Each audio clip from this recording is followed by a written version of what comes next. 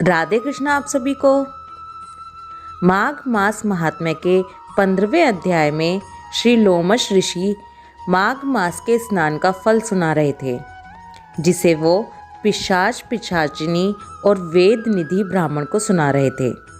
साथ ही हमने विष्णु भक्त देवद्युति द्वारा भगवान विष्णु की स्तुति सुनी, जिससे भगवान अति प्रसन्न हो गए। अब आगे माघ महात्म्य अध्याय 16। लोमश ऋषि बोले, भगवान विष्णु देवद्युति को अपनी अचल भक्ति का वरदान देकर अंतर्ध्यान हो गए। ये सुनकर ब्राह्मण वेद निधि कहने लगे, हे महर्षि, जैसे गंगा जी में स्नान करने से मनुष्य पवित्र हो जाता है, वैसे ही भगवान विष्णु और देवद्युति की इस कथा को सुनकर मैं पवित्र हो गया। कृपा करके उस स्तोत्र को कहिए जिससे उस ब्राह्मण ने भगवान को प्रसन्न किया। लोमश जी कहते हैं कि उस स्तोत्र को पहले गरुड़ जी ने पढ़ा, उससे मैंने सुना। हे विप्र, यह स्तोत्र अध्यात्म विद्या का सार, पापों का नाश करने वाला है। हे वासुदेव, सर्वव्यापी, चक्रधारी, सज्जनों के प्रिय जगत के स्वामी श्री कृष्ण, आपको मेरा नमस्कार है। जब सभी जगत विष्णु में है तो किसकी स्तुति की जाए? जिस भगवान के श्वास वेद हैं, फिर कौन सी स्तुति उनकी प्रसन्नता के लिए की जा सकती है? जिसको वेद नहीं जान सकते, ना वाणी ना मन जान सकता है, उसकी स्तुति मैं अज्ञानी क्या ही कर सकता हूँ। सारा चर अचर संसार जिसकी माया से चक्र की तरह घूम रहा है, इसी से हे प्रभु आप चक्रधारी कहलाते हो। ब्रह्मा विष्णु आप ही हो। सारे संसार को उत्पन्न करने वाले ब्रह्मा को भी आप उत्पन्न करने वाले हो। जब जीव शरीर को धारण करता है, तब उसमें ज्ञान उत्पन्न हो जाता है। तुम सब सुखों के दाता हो, इसमें कोई संदेह नहीं है। आपसे संपूर्ण सुखों को देने वाली बुद्धि उत्पन्न होती है। आप ही 5 कर्मेंद्रिय, 5 महाभूत तथा मन के विविध भाव हो। ब्रह्मा विष्णु रुद्र की कल्पना से आप संसार की कल्पना इसी प्रकार करते हो जैसे पिता पुत्री की। कवियों में जो रूप शोभा देता है, उन निर्गुण विष्णु भगवान को मैं नमस्कार करता हूँ। जिसमें ज्ञान रखने से श्रुतियों में कहे हुए कर्मों को लोग करते हैं, उस परम ब्रह्मा को मैं नमस्कार करता हूँ। मैं उस सतरूप हरि को, जिसको योगी लोग सब प्राणियों में आत्मरूप में देखते हैं, उपासना करते हैं, जिसको अद्वैत कहते हुए गाते हैं और यज्ञ करते हैं, उस माधव भगवान को मैं नमस्कार करता हूँ। मनुष्य को माया तथा मोह में पैदा हुए विचित्र आभास, अहंकार तथा ममता को जानकर खो देते हैं, उन भगवान को मैं नमस्कार करता हूँ। संसार में मनुष्यों के मोह रूपी वायु से सदा भभकने वाली ज्वाला आपके चरण कमल की छाया पहुँचने से नहीं जलाती, जिसके स्मरण मात्र से मोह, अज्ञान, रोग, दुख दूर हो जाते हैं, उस अनंत रूप को नमस्कार करता हूँ। जिसमें मिल जाने पर और किसी दूसरे की इच्छा नहीं करती, जिसको जानकर अद्वैतवादी आत्मा को देखते हैं। यदि विष्णु शब्द का अर्थ और उसके विषय का ज्ञान एक ही होता, तो इस सत्य से हे माधव, इस संसार की माया में फंसकर तेरे ही ध्यान में रत रहता। यदि वेदांत दर्शन में भगवान सारे संसार में व्याप्त है, तो इसी सत्य से भगवान में भरी निर्विघ्न भक्ति हो। जो बीज नहीं है तो भी बिना बीज के स्वयं विद्यमान है, सो वह विष्णु भगवान रूपी रंग से हमारे बीज के टुकड़े टुकड़े को जो सृष्टि, स्थिति तथा लय के लिए ब्रह्मा विष्णु महेश 3 रूप धारण करते हैं, और कार्य में सत रज और तम इन तीनों गुणों में विद्यमान है, वह भगवान मुझ पर प्रसन्न हो।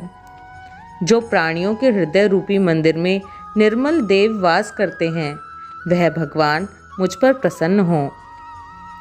जो अविद्या पूर्ण संसार का त्याग करता है, जगन में आप हो, आपका बनाया हुआ विश्व आनंद करता है। आपके त्याग करने पर अपवित्र हो जाता है। उसका साथ करने पर भी तुम बिना साथ के बने रहते हो। विकार रहित जिनके चारवाक पंचभूत योग से पैदा हुआ चैतन्य मानते हुए उपासना करते हैं। जैन लोग आपको शरीर का परिणाम मानते हैं और सांख्यवादी तुम्ही को प्रकृति से परे पुरुष मानकर ध्यान करते हैं। जन्म इत्यादि से रहित चैतन्य रूप सदा आनंद स्वरूप उपनिषद जिसकी महिमा गाते हैं। आकाश आदि पंच महाभूत देह, मन, बुद्धि, इंद्रियां सब कुछ तुम ही हो। तुमसे अलग और कुछ नहीं। तुम ही सब प्राणियों को उत्पन्न करने वाले हो और मुझको शरण देने वाले हो। तुम अग्नि, रवि, इंद्र, होम, मंत्र, क्रिया तथा फल सब तुम ही हो। कर्म के फल देने वाले वैकुंठ में तुम्हारे सिवाय कोई नहीं है। मैं तुम्हारी शरण में हूँ। सब प्राणियों के हेतु तथा उनको शरण देने वाले तुम ही हो। जैसे युवा पुरुष की युवती में और युवती की युवा में प्रीति होती है, वैसे मेरी प्रीति तुम में हो। जो पापी भी आपको प्रणाम करता है उसको यमदूत ऐसे नहीं देखते हैं जैसे उल्लू सूर्य को। प्रत्येक पाप मनुष्य को उस समय तक ही सुख देते हैं जब तक वह आपके चरण कमलों का सहारा नहीं लेता। जिसको गुण, जाति तथा धर्म को स्पर्श नहीं कर सकते तथा गतियाँ भी स्पर्श नहीं करती, जो इंद्रियों के वशीभूत नहीं हैं, जिनका बड़े बड़े मुनि लोग साक्षात नहीं कर सकते, उन भगवान को मैं नमस्कार करता हूँ। जितने ज्ञान रूपी सुंदर गुण हैं, जिन्होंने सुख स्वरूप मोक्ष रूपी लक्ष्मी का आलिंगन किया, जिन्होंने आत्म स्वरूप सुख भोगा है और जिन्होंने ध्यान रूप से मृत्यु को वश में कर लिया है, ऐसे मुनियों से सेवित भगवान को नमस्कार है। जो जन्म आदि से अलग हैं, जिनको काम, क्रोध आदि दोष दुख नहीं देते, उन वासुदेव भगवान को मैं नमस्कार करता हूँ। जिनके ज्ञान की गति से अविद्या रूपी मल शुद्ध हो जाता है, जिनके ज्ञान रूपी शस्त्र से संसार रूपी शत्रु का नाश हो जाता है, उन दुखों के नाश करने वाले को मैं नमस्कार करता हूँ। जिस प्रकार सब स्थावर जंगम संसार को उत्पन्न करते हैं, इसी सत्य से भगवान मुझको दर्शन दें। इस प्रकार उसकी सच्ची भक्ति देखकर भगवान ने प्रसन्न होकर उस ब्राह्मण को दर्शन दिए और ब्राह्मण की स्तुति से प्रसन्न होकर तथा उसको वरदान देकर भगवान अंतर्ध्यान हो गए और वह ब्राह्मण कृतकृत्य होकर भगवान में लीन हो गया और शिष्यों के साथ स्तोत्र पढ़ता हुआ तपोवन में रहने लगा। जो कोई इस स्तोत्र को पढ़ता या सुनता है, उसकी बुद्धि पाप में नहीं लगती और ना ही बुरा फल देखता है। इसके कीर्तन से मनुष्यों की बुद्धि, मन तथा इंद्रियां स्वस्थ होती हैं। जो भक्ति पूर्वक इसके अर्थ को विचार कर इसका जप करता है, वह वैष्णव पद को प्राप्त होता है। इसके सदैव पढ़ने से मनवांछित कार्य सिद्ध हो जाते हैं। मनुष्य सुपुत्र पाता है तथा धन, पराक्रम और चिरायु प्राप्त करता है। इसके पाठ से बुद्धि, धन, यश, कीर्ति, ज्ञान तथा धर्म बढ़ते हैं। दुष्ट ग्रहों की शांति होती है। वह व्याधियों व अनिष्टों को दूर करता है, दुर्गति से तारता है। इसके पढ़ने से सिंह, व्याघ्र, चोर, भूत, देव, पिशाच और राक्षस का भय नहीं रहता। जो भगवान का पूजन करके इस स्तोत्र को पढ़ता है, वह पापों से ऐसे ही अलग रहता है जैसे जल पंख से कमल। जो इस स्तोत्र को 1 काल, 2 काल या 3 काल पढ़ता है, वह अक्षय फल प्राप्त करता है।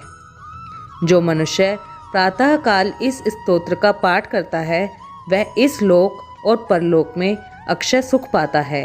देवद्युति का बनाया हुआ यह स्तोत्र भगवान को अत्यंत प्रिय है और भगवान के दर्शन कराने वाला है।